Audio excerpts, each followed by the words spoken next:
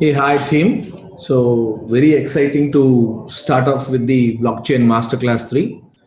We'll quickly review what we have done in the masterclass 1 and masterclass 2. Yeah, on the people on the Zoom, hope you are good to go.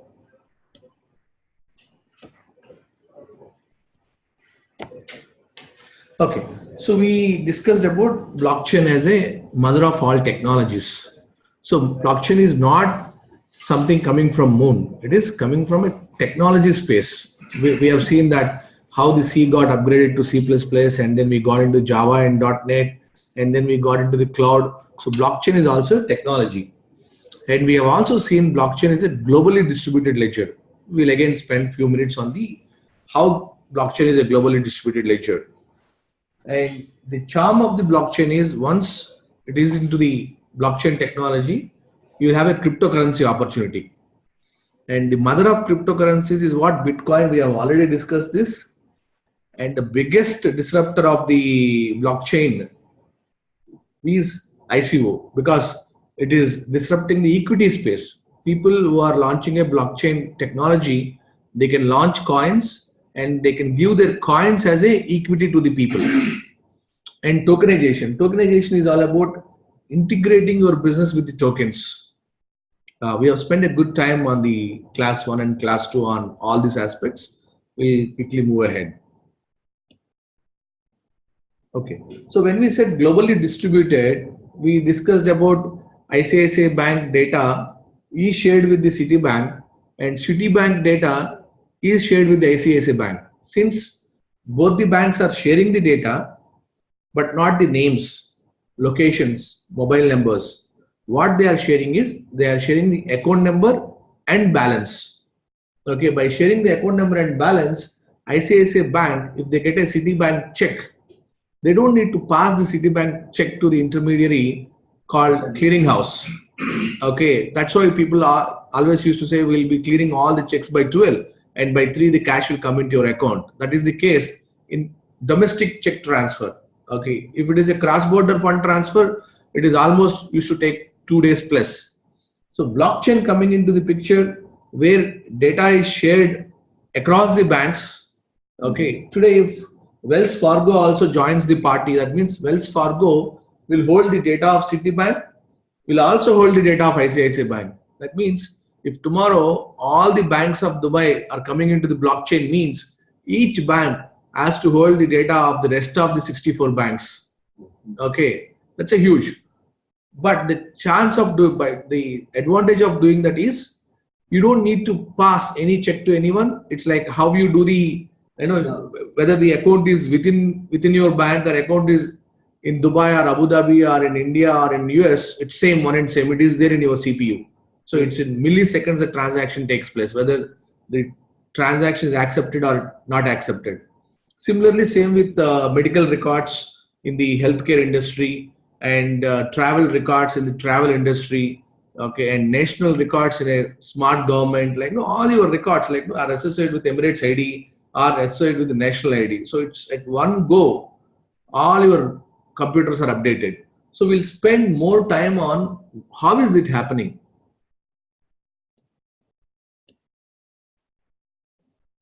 And we have also seen blockchain is all about white paper. Whatever we wanted to do. In case of business, we write a business plan. We talk about currently we are doing X $1 million of business and projection is Y dollar of business. That is your business plan. Similarly, we'll have a technology plan. I am working on C, C++ and Java technologies. I am moving it on to the Scala technologies. You will have a technology plan. And marketing team will have a go-to-market strategy. Legal team will have a legal plan. But in case of white paper, in case of blockchain technologies, everything has to come into the white paper. Because just by looking at the white paper, people invest money.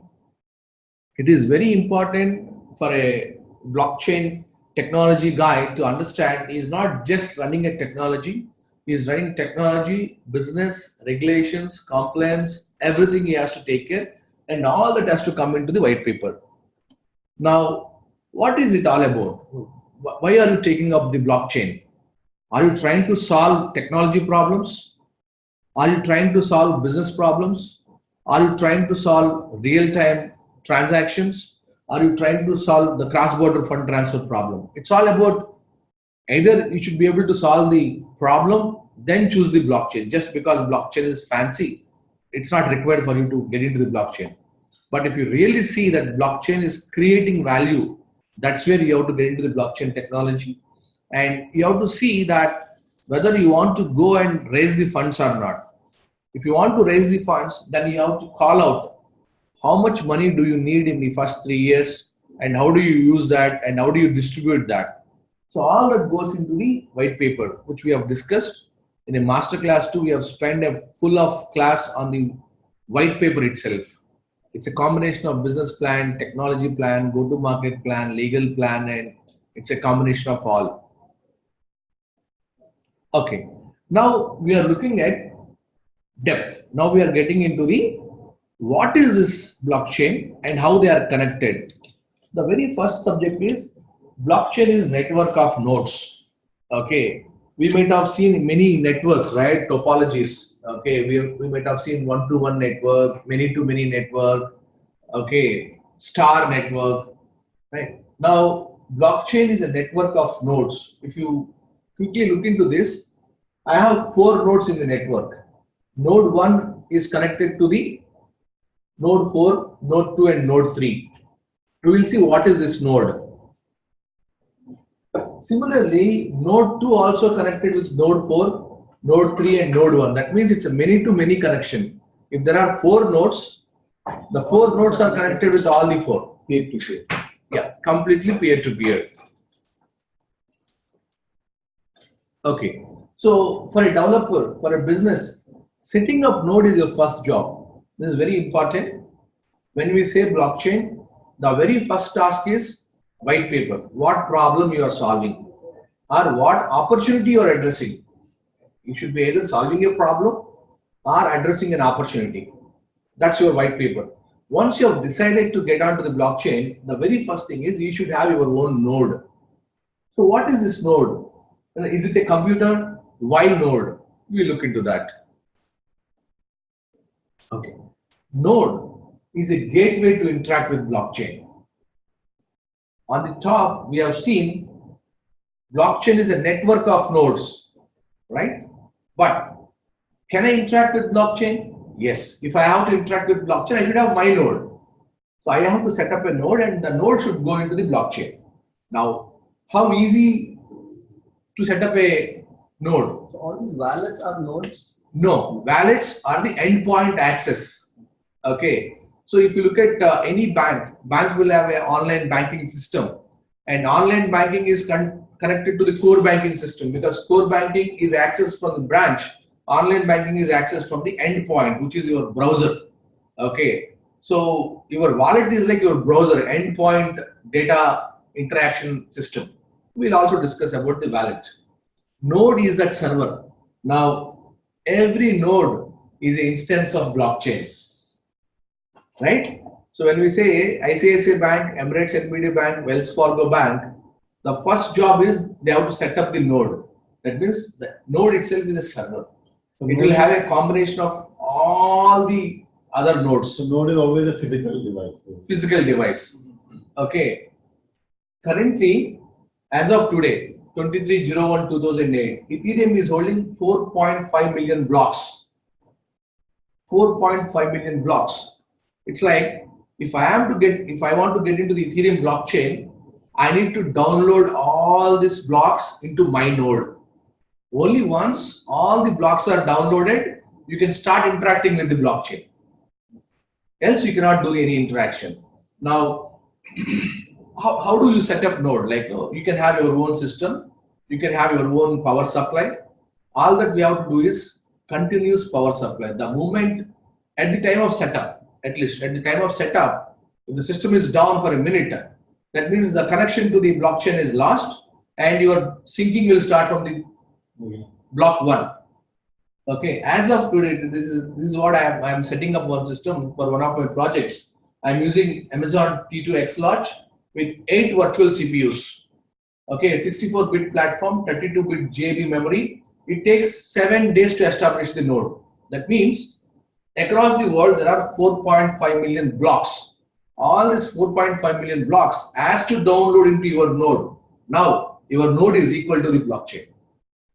Your node is equal to the Ethereum blockchain. And there are 4.5 million such nodes. So if any bank, if any hospital is part of the blockchain, it will never go down.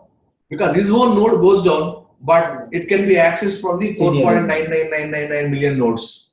So in a blockchain, there is nothing called down, system down. Your chain may crash. Okay. If chain crashes, nodes are still live. Okay. Now, node will enable you to create coin and implement business logic. So this is your gateway. Once you have the access to the whole blockchain, okay, you can create a coin. When you create a coin, rest of the 4.99 million people also get information about that you are creating a coin, and it is an open source. What is this coin? We have discussed in the masterclass too, but we'll quickly look into it. Every blockchain project doesn't need to create a coin. Coin is your equity. If you want to sell off your equity, if you want to make people to be part of your project, then you create the coin. You create the coin and you create the initial coin offer. That means ask everyone to buy coins from you. That means you are actually making them the part of your project. Okay, it's not required. You don't need to make everybody as a part of your project unless otherwise you want to raise money.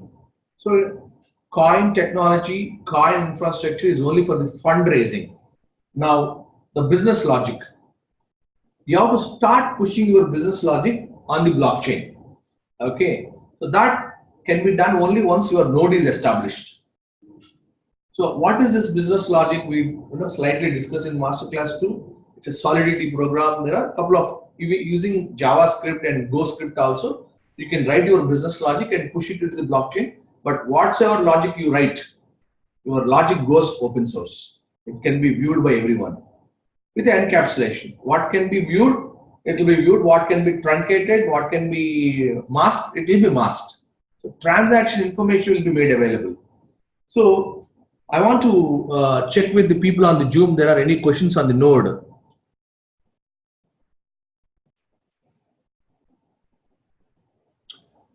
Okay, so there are two questions. What is block? Is block different from the other?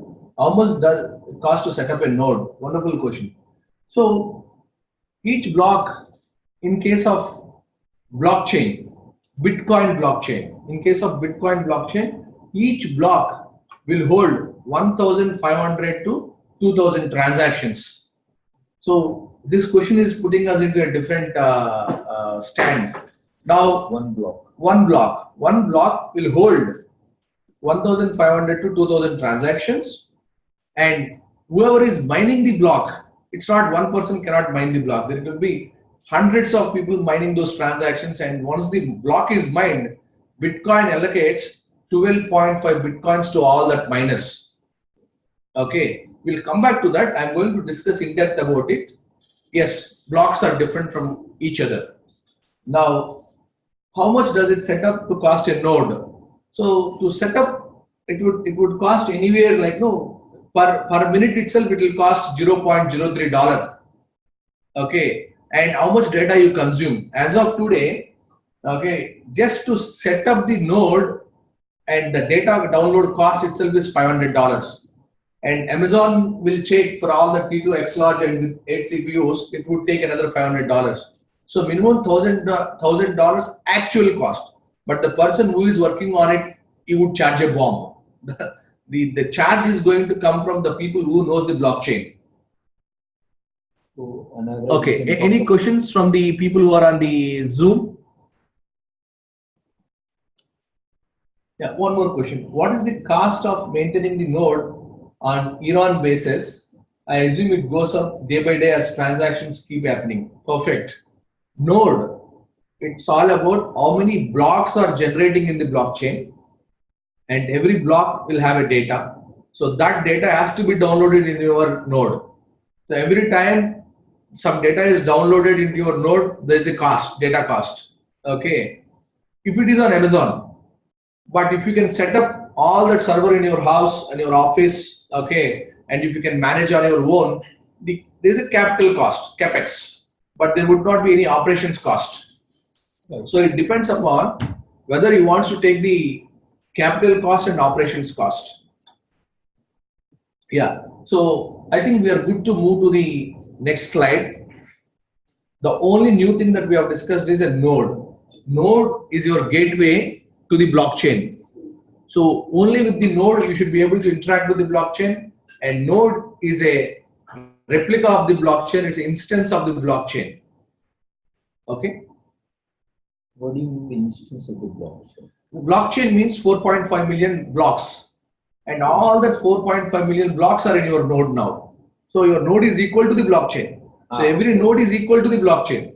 Okay. So that is why if for some reasons if there is a earthquake in one country, okay, but rest the 99 other countries are holding the whole blockchain, so it will never crash. Okay.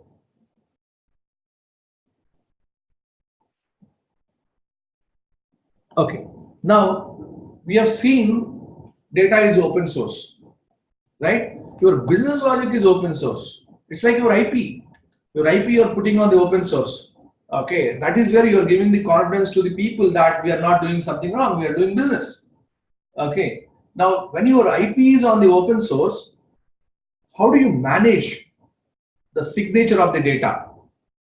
There are so many people inserting the data, right? There are people from India and Africa and then Europe, the data is injecting. Then 4.5 million blocks means each block will have a set of transactional data. So who is going to validate the transactional data?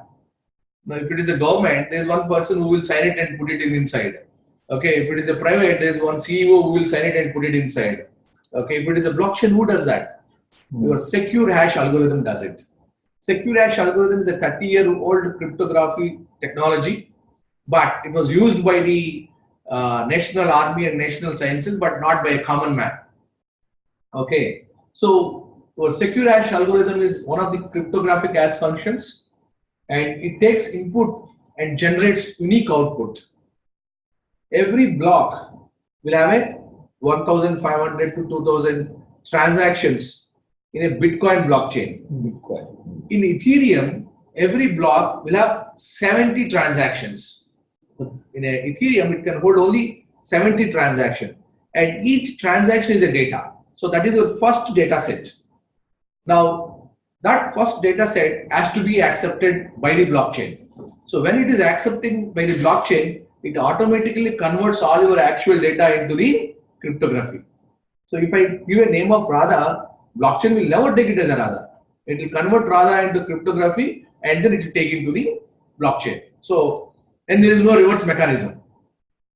Okay, this is used as a signature for text or file. Everything is considered as a signature in the blockchain using a secure hash algorithm.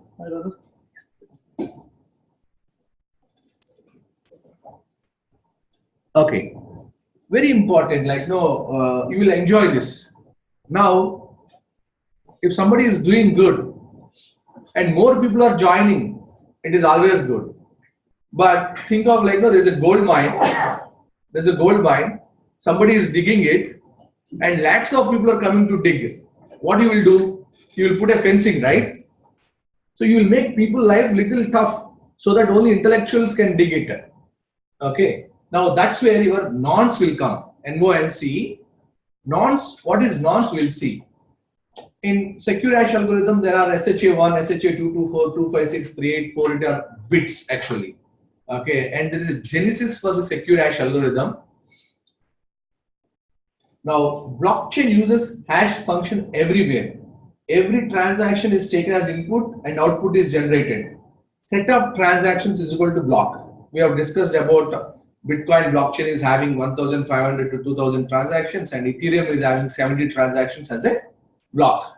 And that means every transaction will have a data. Every data is actually passed through the secure hash algorithm, and actual data has never came into the blockchain. Only hashed data has come into the blockchain, and you have no reverse mechanism. Now, that particular data is added with nonce. What is this nonce also? We'll see. Hash output is unique. That means for Radha, it will have a unique output. For Asad, it will have a unique output. For Ganesh, it will have a unique output. Okay. It will never have a same output for two different inputs. So that is what they call it as a no collision. If two people come and collide, collision. If two data outputs are same, then there is a collision. It will never know from where it is. Now, let us look at nonce. Nonce is a random number. In blockchain, every transaction will have a nonce. So your data is encrypted. Now the data is added with nonce. It is always transaction data plus nonce. We'll see what it is.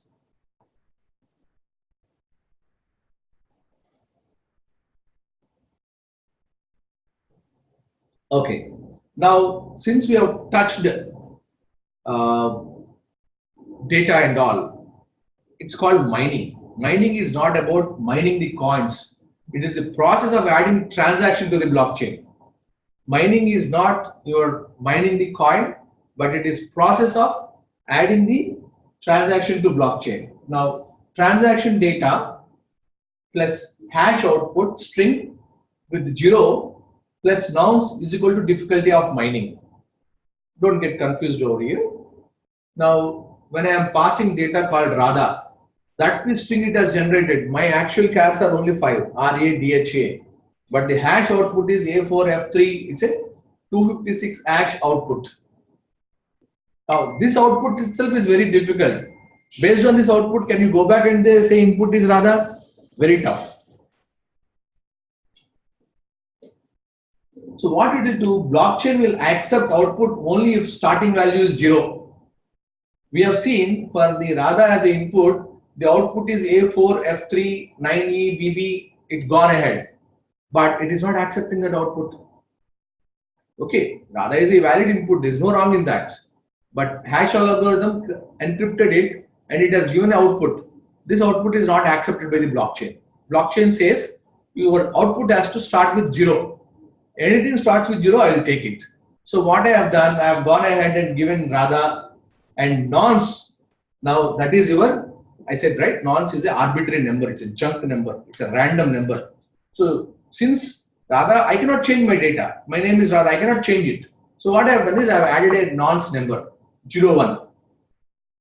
Okay, I checked whether the output is starting with 0. No, I have added 02 as a nonce. No, so I added actually 100 numbers. No luck. I stopped it. So this is where your computing power comes in. In Bitcoin hash, to start with, it should have 14 zeros. I'll repeat it. Your hash algorithm is giving a encrypted output. Your encrypted output is going into the blockchain. Now, blockchain has a business logic. I will take any input if it is starting with 0. But another string is giving a starting with A, it has not done it. So we have to ensure that original data remaining same, but the original data passed into the blockchain, there is a subject called nonce. Nonce number you can add whatever you want, but generally people add a number, okay, because that's where your counter will keep increasing and you know that GPUs, right, in mining you will see big machines. What this machine is doing is this machine will keep giving that number. Okay, now once it starts with 0 or it starts with 14 zeros, blockchain will accept it. Okay, I'm open to take any questions over here. Let me see if people on Zoom asked any questions.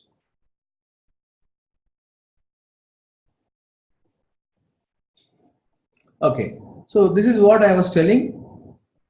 Every blockchain will have a secure hash algorithm. So what we are seeing now as a screen, this is inbuilt in the blockchain. For a demo purpose, I am showing something external. So let me put input Radha, calculate SHA 256 hash. So it's almost the same output. It's not starting with 0. So blockchain will not take it. Okay. Now what I have to do is I have to add another nonce, say 01. Can you see the number is changing? It started with 288, the encrypted data. Now let me make it 02. No luck. 03. Okay, it started with 0. It is 03. That means your blockchain itself does all these jobs. Okay, who does these jobs? Blockchain does this job. Blockchain will take the original data and add a nonce number, gets the required output starting with 0 and passes it to the blockchain. Now the data is gone into the blockchain. Is it validated? No, it's not validated by anyone. That's where the miner's job will start. What miner has to do is, the miner has to guess this nonce number. The miner has to guess the nonce number. So what miner does is, blockchain will give the encrypted data and a nonce number. The miner has to keep guessing that nonce number. When the nonce number is right, it pushes the data into the blockchain. That's where the miner is accepting the data. Actually, he is not looking at your transaction. Oh, it is Asad to Mr. PV Rao. Okay, I am passing the transaction. Not really. Your miner has no access to your original data. Miner has only access to the some XYZ from so-and-so country with so-and-so value, transferring the money to the so-and-so person. Okay, they trust each other. And all this guy, all that he is doing is, he is ensuring that nonce number is unlocked by him so that it can be pushed into the blockchain. Now, we discussed about Ethereum is having 70 transactions. That means there are people across the world hitting the transactions using they cannot sit and do all these things. So your GPU, your mining machines will actually guess the nonce number, unlock the data, push it into the blockchain. Okay, now if tomorrow Bitcoin blockchain, all guys together says, look, getting 14 digits, 14 zeros has become easy. Now make it, let's 15 zeros. They decide. So only 15 zeros comes as an output, it will go in.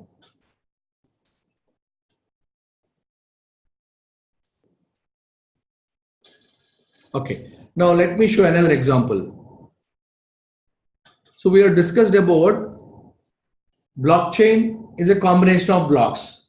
Block will have a transaction. Every transaction is passing through the SHA gate, secure hash algorithm gate. Okay, and while passing the gate, it is adding the nonce number, and there is one validator who is coming and guessing the nonce number and unlocking the data and pushing it into the blockchain.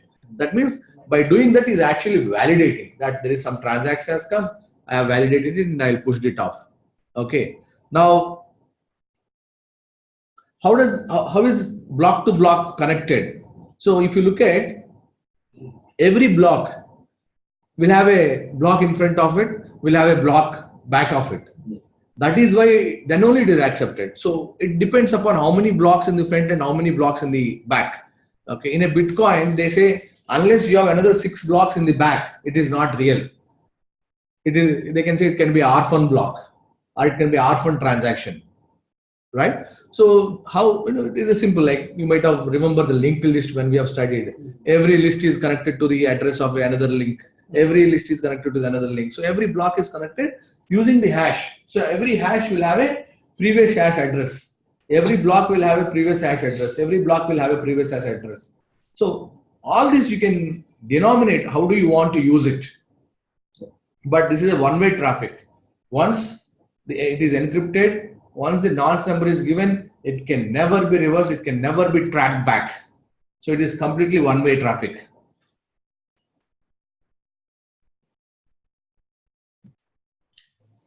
Right. So now what I have done, I have added data as Radhakrishna and nonce number as 5471. I request all of you to observe the block 3 hash and previous. So block 3 hash is 020. Okay, and the previous block hash is B02. So that's where this B02 has come from. So in a blockchain, your hashing is taken care by the blockchain itself. We are not taking care of it. Once you write the algorithm and push it into the blockchain technology, so it will take care of pulling the previous block hash as address as a current encryption address.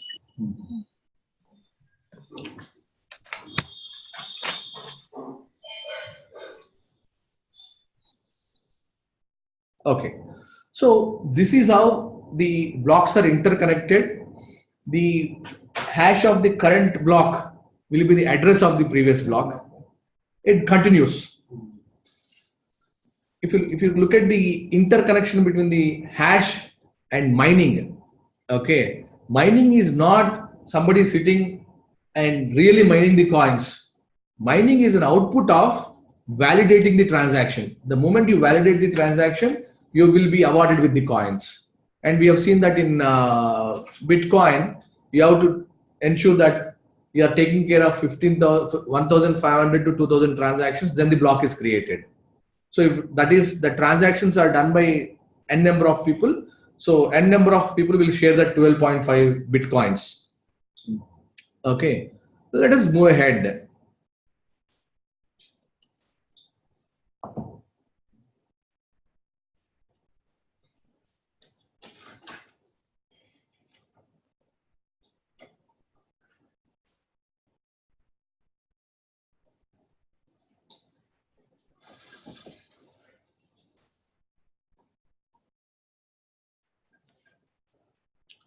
So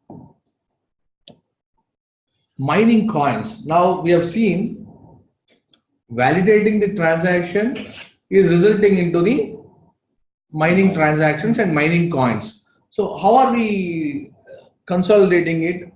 Mining coins is equal to validating transactions, validating the right nonce number. After validating the right nonce number, then only your data is going into the blockchain. Okay. Now, this is where you use the GPUs to guess the nonce, which results into validating transaction and pushing into the blockchain. And since it is a one-way, there is no decryption, and it is immutable. Nobody can change, nobody can edit. By chance, if anybody edit, it becomes a new block. It becomes a new transaction. That means in your content management system or in your version management system, how you store all the versions. Okay, it will be storing all the transactional data. It will be never deleting anything. Now, what are the various types of mining? Proof of work. This is called proof of work. What we have discussed is called proof of work. Validating. You have a GPU literally doing the work. Okay, and proof of stake. Proof of stake is actually your part of the project, right? That is where Ethereum is coming and telling that, like, no, when Ethereum launching the coins, you can also buy the coins. Whoever is having the more coins, they can actually validate, right? Whenever there's a validation, there's a transaction fee and there is a fee. There's a fee that you earn. So there's a proof of stake, delegated proof of stake. Okay, and practical Bisonate fault tolerance. Don't worry about the wordings. These are all the various methods to validate and mine the data.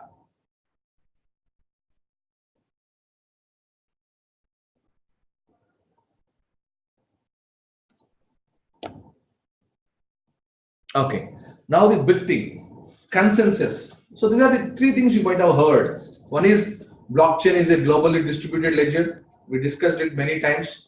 Now, on what basis it makes everything immutable? On what basis it is making everything secured? And what are the rules of the game? That's called consensus, right? If the hash starts with 0, I'll accept it to the blockchain. That is actually consensus. That is actually your rule. Now, there is a huge set of consensus which blockchain uses before it is launching to the public. You doesn't need to know all these things as a user. But if you want to develop the blockchain, if you want to be a consultant in the blockchain world, then you have to know all these things. Okay. So what we said, a set of consensus rules or soul of blockchain network, which ensures governance and integrity, right? And we have seen from the day one, the public blockchain. That means it's open to everyone. Everybody can join. Private blockchain. That means it's like a private net. Only the people who had the permission can do it. hybrid, public blockchain and private blockchain. Like, wherever you can go public, you will go public. Wherever you want to retain, you will retain as a private. Okay. So now proof of work. Proof of work can only work in public. And proof of stake, both public and private. And if you want to go with federated BFT, Bisonate fault tolerance, then it should be public. So you want to decide what algorithm you are writing and how you are enabling people to validate. Are you enabling people to validate by asking them a stake? Okay, then you have to decide blockchain type. So we have seen Bitcoin and Ethereum Homestead. In Ethereum, you have two blockchains. Okay, Ethereum Homestead and Ethereum Serenity. So the first thing what Ethereum did is they copied whatever the Bitcoin blockchain has offered. Bitcoin blockchain has offered proof of work. They have done it. But they've realized the proof of work is actually consuming a lot of electricity. Proof of work is actually consuming a lot of computing power. Okay. And in a Bitcoin blockchain, there are no coins actually. You have to mine the coins. And up to 21,000 you can mine. But in Ethereum, the coins are already there. You don't need to mine actually. You can buy them. Okay. The more you buy, the more supply will be generated. There's a logic for it. Okay. I'll come to that. Supply. Remember it. The supply we will discuss. It's a wonderful logic why Ethereum is a good supply and Ripple got 100 billion. But why Ripple is a bad supply? It could be. We'll discuss that. And Telegram is coming with 500 billion supply. That means if he launches a coin with $1 and if people buy $1 per coin, he is going to hold 20% of the coins. The Telegram owner. That means the moment the coin goes to $2, he is having 100 billion coins. 100 billion into 2, $200 billion. So on a single day, he will become the world richest guy. But if it falls down to 10 cents, it will fall down. That's what happened to the Ripple, right? So we'll see all those things. So now when Bitcoin guys and all these guys are coming up, does Intel sit quiet? No, nobody will sit quiet, right? Intel has launched Sawtooth Lake. It's a blockchain by them. So, but they have launched both a combination of private and public, but they have used the proof of elapsed time. Let's not worry about what is proof of elapsed time, but that's a different hash algorithm, different algorithm to validate everything. Okay, and Hyperledger, IBM Hyperledger Fabric and Ripple and Stellar. Ripple and Stellar are two different blockchains. Now, if you correctly understand, Ripple is not on public, not on proof of work or proof of stake. In a proof of work and proof of stake, you can earn coins. In Ripple, you can only buy the coins. You cannot mine, right? Because it is on a different thing. And your Hyperledger Fabric is a private. So when it is a private, there is no coins, there is no mining, right? There is no validator. It is their own system. They will validate it in their own way. Then what is the advantage of having their own private? Yeah. Now, see, now banks never want to open their data to the outsiders. Okay, so they want to go and private and do it. Okay, and royal family, they don't want to open to the public, but they want the data to flow real time. Like the moment somebody somewhere saves it, it is automatically saved to the all nodes. There is no transfer. See, if you look at the charm of the blockchain, there is no data transfer. It is there always in all the systems. You only need to know how to access it. Okay. Now there is something called transaction finality. Now in a Bitcoin blockchain, can you say transaction will pass? You can never say that. The probability of pass is 100%. Right? There should be some validator. There should be somebody guessing the nonce and somebody unlocking that transaction and pass it into the blockchain. But what if the world evaporates with power and then nobody does it? Or for some reason, no one is doing it. So the probability of the passing the transaction in a public blockchain is not 100%. Since it is associated with a fee, the moment you do that validation, you are getting a fee and you are not working for anyone. So as long as human enjoys the freedom, the probability is 100%. Now, if you look at the private blockchains and federated blockchains, federated means they have their own rules. Okay, the transaction is immediate. It's not on the probability because it is their own transaction. How a bank will pass it, their own algorithm will pass it. And transaction rate. Okay, so Bitcoin has come initially. It actually takes 10 minutes to pass the transaction. Nowadays, it is 18 minutes average. Okay, and in case of Ethereum, in case of proof of stake, and I'm taking Ethereum as an example. In case of proof of stake, it is much faster. And in case of proof of elapsed time, your transaction rate is average. And in case of your own private blockchains and federated blockchains, it is immediate. There is no validator. When there is a validator, when there is a proof of work, when there is a proof of stake and proof of tolerance, then there is a delay. Okay. So these are internals of the system. Now we talked much about the tokens. Okay. Is token needed? If it is a proof of work, yes, you need a token because somebody has to mine, somebody has to pass the transaction. And if it is a proof of stake, then also you need a coin because you want to give the coins upfront. Okay. So, but if you look at Ripple, the coin is not required for them. Ripple is a federated, their own blockchain. Okay. And now, what is the coin there? Coin is a tradable instrument. This is a charm, this is how people club the things. Come back to the Bitcoin. Bitcoin is not disrupting anything. We'll come to there also. Bitcoin is only currency. Ethereum is application and currency. Now, this guy, Ripple guy, wants both.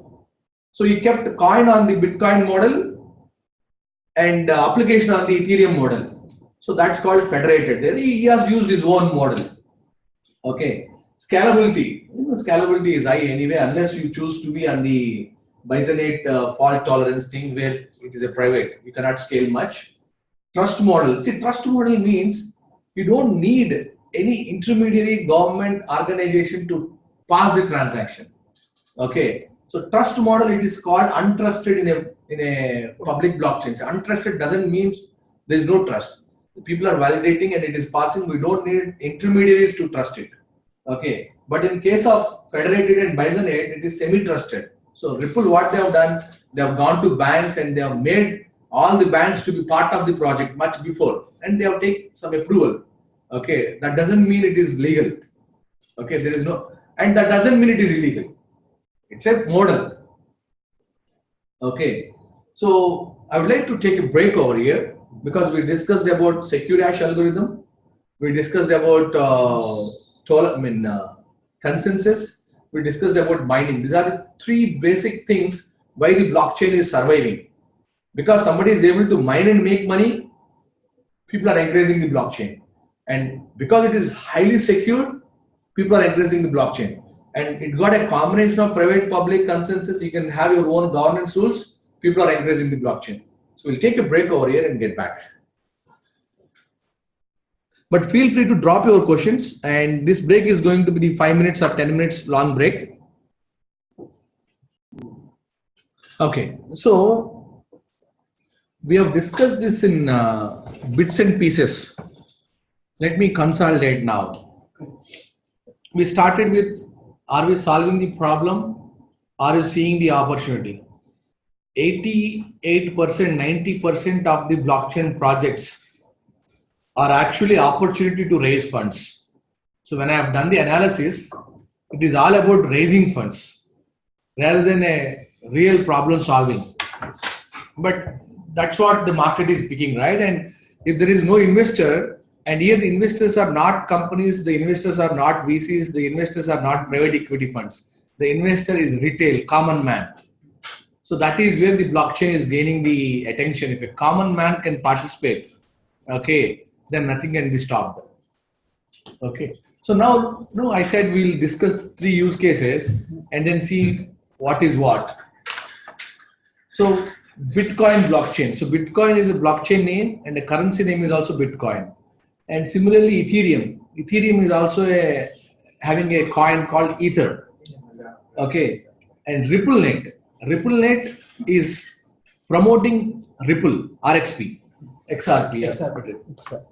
Okay. So now what are these guys trying to do?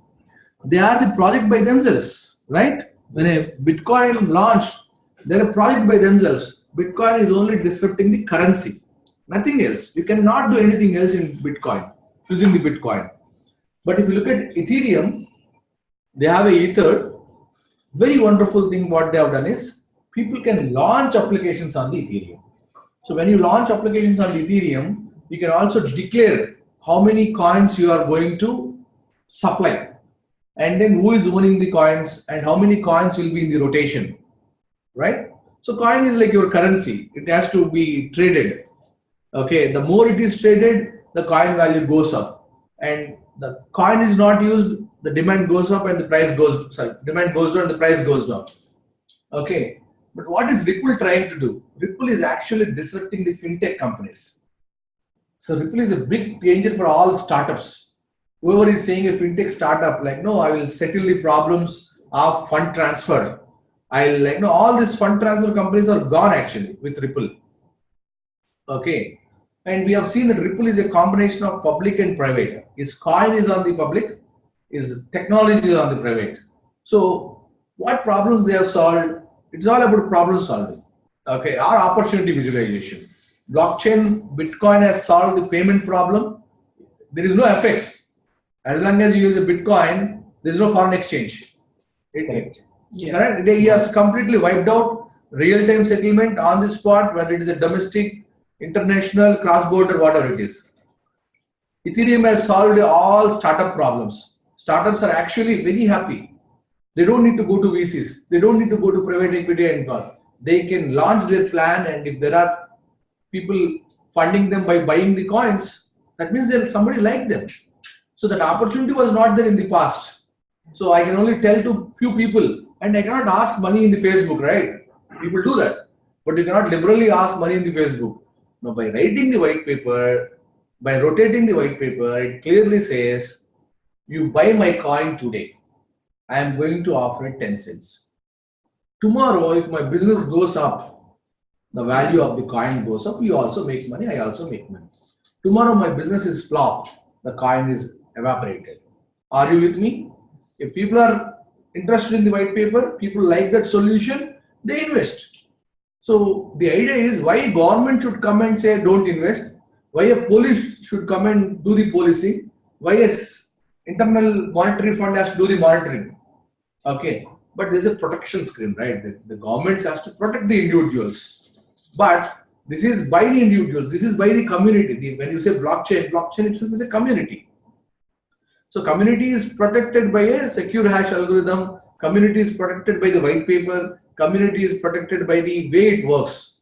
It is a business. Business has upside and downside. Okay. So now, what is that we are trying to see? So Bitcoin cannot launch anything. Ethereum can launch coins and dApps. It's called decentralized applications. Whatever you do on Ethereum, it's called decentralized because the moment you push some logic onto the Ethereum, it is there on the 4.5 million nodes. All the 4.5 million nodes will have access of it. Is that going to increase that nodes for an Ethereum? Yes. I myself have put 8 nodes in Amazon for 8 different projects. So nodes will keep increasing. As the nodes increase, the transactions increase. So you may be needing more space, but it's a one time. You might, approximately when I have started, we used to spend some $40–50 to establish the node. Okay, in 12 months, the establishing node itself is costing $500. So there is an opportunity for all the businessmen to set up a node infrastructure. Okay, so who has lost businesses? Disaster recovery companies. There is no question of disaster recovery here. Okay, so Bitcoin blockchain is peer-to-peer. Ethereum blockchain is also peer-to-peer, but Ripple is business to business. Individual cannot participate. It's not peer-to-peer. So if money is transferring, it is between the two entities, and the individual has to be customer of that entity. But in a Bitcoin, it is between people to people, peer-to-peer. Now we also discussed about a supply. Bitcoin supply is 21 million. The wonderful thing is, will the supply go up? Will the supply come down? Supply will obviously not go up. But what we are able to visualize, what we are not able to visualize is supply will go down. Somebody was holding the coins, something happened, accident, that coins are dead. Nobody will use that coins. So whether you call it as a depreciation or whatever you call it, so the coins will start get evaporated in Bitcoin. So the logic is, the Ethereum logic, what he has done is, what Ethereum says is, I am allowing people to launch applications. I am allowing people to create coins. Okay, I need more coins. So he started with 70 million coin. Don't take me on the number exactly. It could be 60 or 70. Okay. So what he has done, he went into the market. He said, I am launching the Ethereum. Crowd sale. Okay. Now you buy the coins. The crowd has purchased 70 million coins. So that is his cap. Over. He has kept a time. It was a time bound, elapsed time. Now what he said, now the coins are 70,000. Every year I will add 15% coins to it as per the demand. So if the 70 million coins are in the market, in the rotation, and today the coins are 98 million. That means somebody buys, somebody mines, new coin will come. Okay. Now by 2065, the coin growth is 1%. That also he has decided. If by 2065, he will add only 1% of the existing coins. Today the coins are 98 million. Assume by 2065 how much it will become. So the flat is 1%.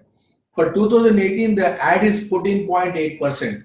So there is an algorithm behind it in a supply also. But Ripple went ahead and said 100 billion. Okay, is he not able to visualize how much he wants? Or is he not able to see? I want to give a one Indian typical example. There is something called Pushpak Viman. Okay, there is a Viman, airplane. So if 3 people sits, it will create a space for one more guy. If 4 sits, space for one more guy. So it is unlimited. So Ethereum has gone unlimited, but at the end of 2065, it has created the lock. Okay. Now, how much Bitcoin one is owning? 1 million. So why are we discussing this? Why we are discussing this is part of your consulting. Tomorrow, if Asad says, I want to launch coin, very good, nothing wrong. How many coins you want to launch? Then you should not be in a age. You should know that Bitcoin has launched 21 million. You should know Ethereum has launched an algorithm for the supply of the coin. You should know that Ripple has launched 100 billion coin. They have their own logic. Everybody have their own logic. Tomorrow, Telegram is coming with 500 billion. So why he is coming with 500 billion? He is saying everything can happen on a messaging app itself. The payments are on the messaging. The transactions are on the messaging app. Everything is on the Telegram. He is saying I will bring the whole world into Telegram. Obviously, if he does that, WhatsApp will do it. The dead company Yahoo may come back and do it. We'll never know who is working on our back and who is going to change our way we work. So I always tell, in a consulting model, you understand, are you solving the problem? Are you seeing the opportunity? Are you looking at disrupting something? These are all marketplace, right? Marketplace for transaction, marketplace for applications, marketplace for currency. Okay. So I see an opportunity in a marketplace. You know Oxylos.com, it's a peer-to-peer lending platform. Marketplace for money. So what I feel is marketplace is the business. No. Let people innovate. You be the marketplace of IPs. That means you have all the people generating the IP on one side. You have all the people who are actually lawyers who trademark the IP or who put that IP onto the process and get the IP value, IP certification to him. Right? Everything is a marketplace. There is a supplier, there is a buyer. Where not? Right? So I am hitting upon the marketplace coin. Okay. So I'm just giving you an example. In the 21 million supply, owner has kept 1 million for himself. Okay. So why he has kept only 1 million is up to his knowledge, which is a 5%. And Ethereum guy has kept 13%. So 13% in what? 13% in the total supply. Initially it is 70,000. Today it is 70 million. Okay.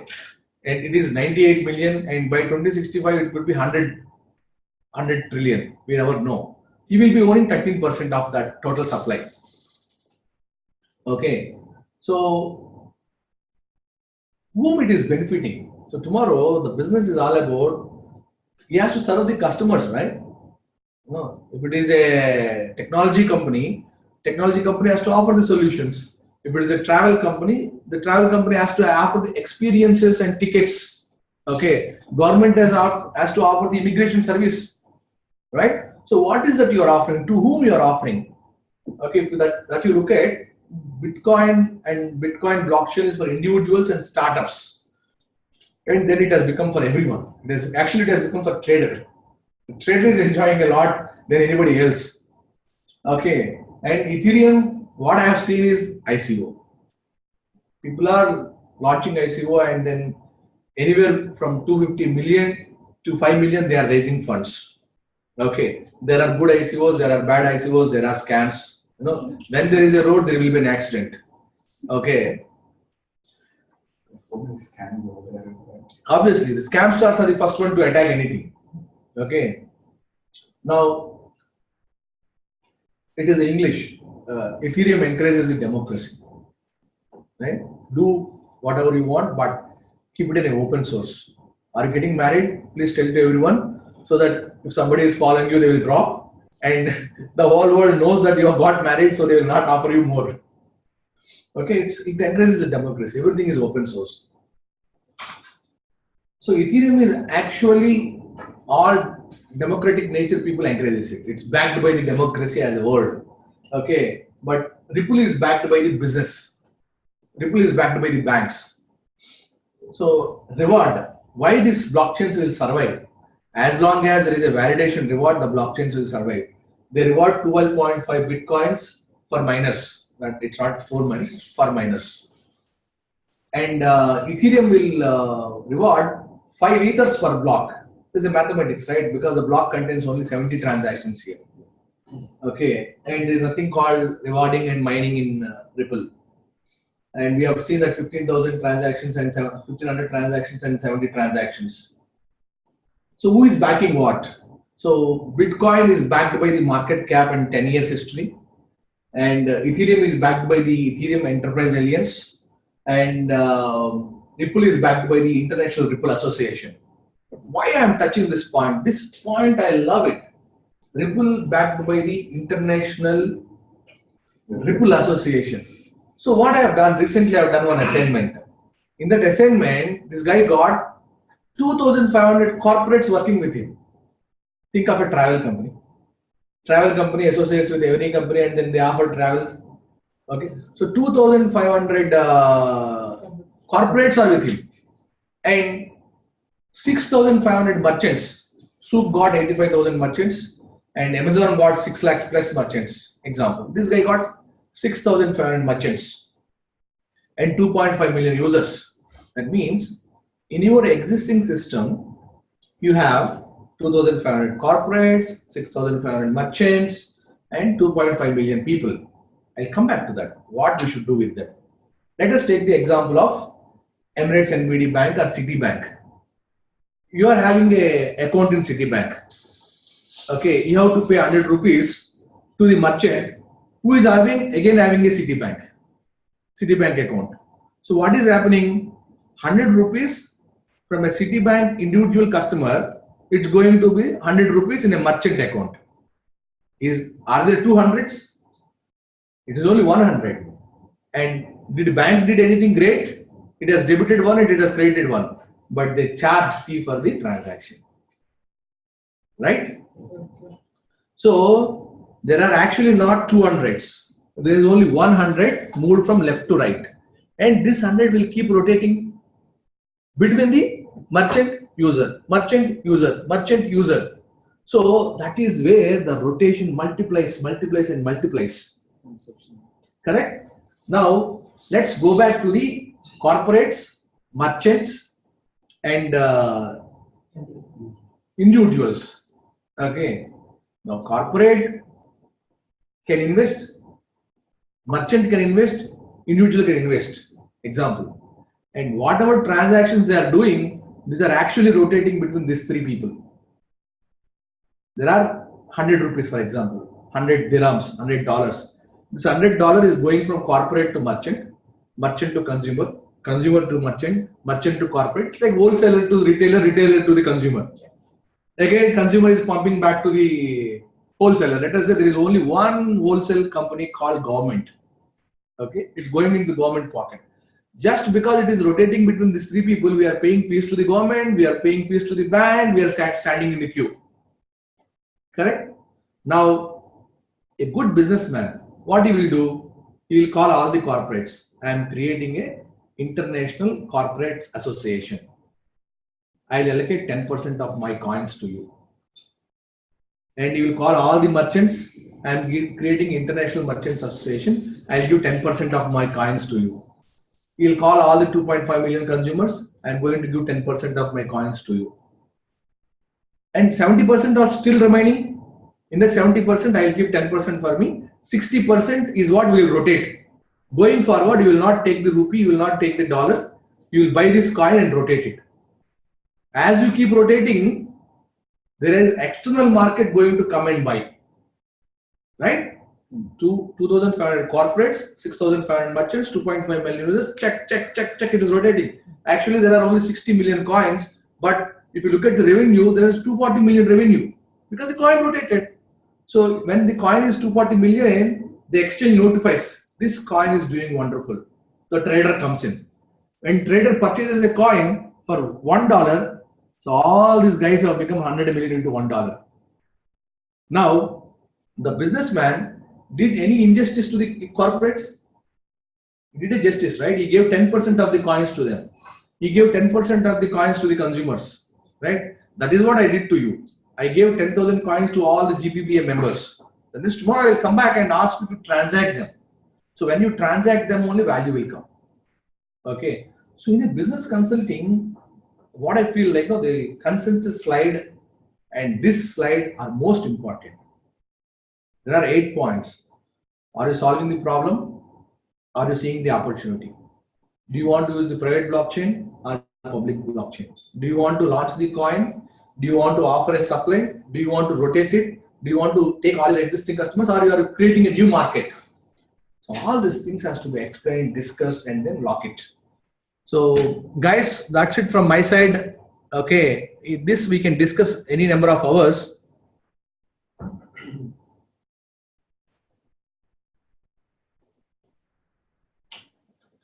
Yeah, any company who is using dollar, any company who is using rupee, any company who is using dirham can go for ICO. What is ICO? It's like any company has to be registered with the register of companies, and when you register the register of companies, it will ask how many shares are there. You will say 2 shares, 200 shares, 2 lakh shares. Now there are no shares, there are no registrations. Blockchain as a project, and you will say 100 coins. Very good. Where do you use this 100 coin? I will use this 100 coins to trade. Okay, or I am giving this 100 coins to you and taking the 100 rupees, $100. With this $100, I will do some innovation. And within 24 months, I will sell that innovation for 100 million. I will sell that innovation for $100,000. Now, when I sell that for $100,000, your coin, $1 has become $1,000. So, you are actually investing in the company. ICO means disrupting the equity space. Heavily disrupting the equity space. If it goes, VCs are dead. Already the VCs are on fever, because VCs used to sit and evaluate everyone. Now the startup is uploading the white paper and saying read the white paper. I have kept everything in my life, I have kept in my white paper. Okay. So everybody can launch ICO, and it's always good to launch a good ICO so that you can really do your business. But there are people who take money and run away. That is always there. I'm not worried about them because always that will be 90-10 rule. There will be 10 bad boys and 90 good. So we should always serve that 90.